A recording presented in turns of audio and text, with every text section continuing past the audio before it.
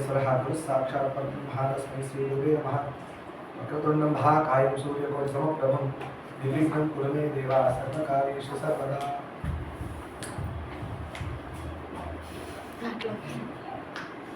Discuss చేస్తూ అమ్మవారి వర్ణనం గురించి మాట్లాడుతున్నాం కదా. దేవి భాగవతంలో అమ్మవారి గురించి వర్ణన. ఆవిడనే బ్రహ్మ విష్ణు మహేశ్వరులకు కూడా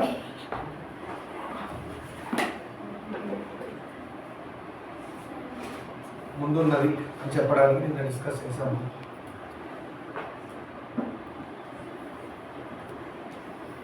ఇవాళ రోజున కొత్తగా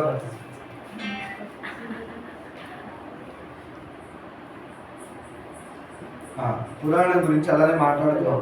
పురాణానికి ఉండాల్సిన లక్షణాలు ఏమని చెప్పుకున్నాం? సర్గం,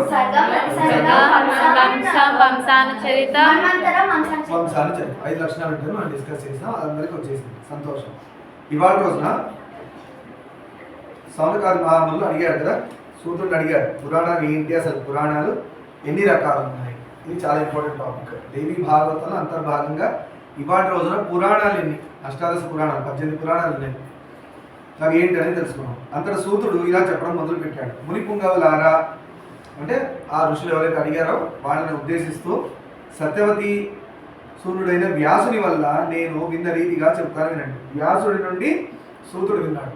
ఎలా విన్నాడు అంటే, వ్యాసుడి కొడుకు సుకుడికి చెప్తున్నారు వ్యాస భగవాన్.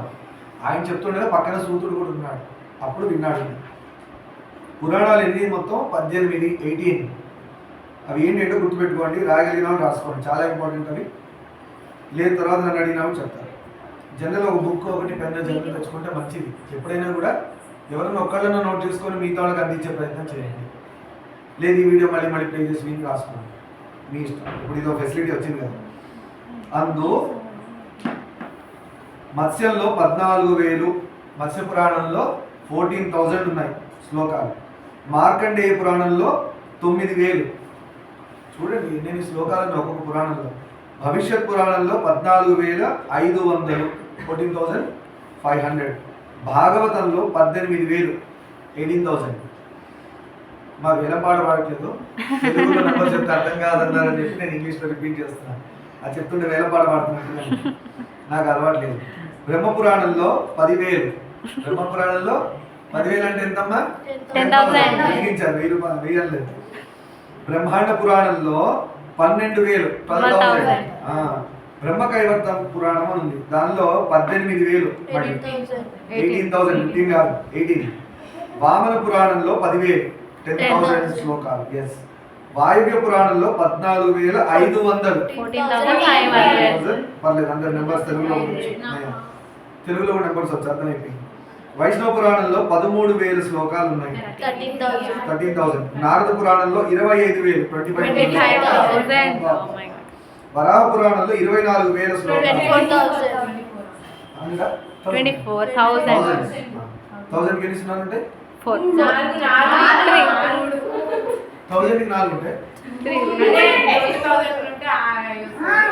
సున్నాలు 3. డిజిట్స్ 4, సున్నాలు మాత్రం 3 వెతికించారు. అగ్ని పురాణంలో 16,000. పద్మంలో పద్మ పురాణం ఉంది 55,000. అన్నిటికంటే ఎక్కువ పద్మ పురాణం 55,000 శ్లోకాలు. లింగ పురాణంలో 11,000. గరుడ పురాణంలో 19,000. గరుడ పురాణం మనం 19,000 శ్లోకాలు కంప్లీట్ చేసాం. మనం లాస్ట్ టైం గరుడ పురాణ సంబంధం చెప్పుకున్నాం. కూర్మ పురాణంలో 17,000. స్కాంద పురాణంలో 81,000. అన్నిటికంటే ఇప్పుడు స్కాంద పురాణం, అందుకని ఏది ముట్టుకున్నాడు స్కంద పురాణం అంట. స్కాంద పురాణం నుంచి వచ్చినాయని అంటారు. పూజ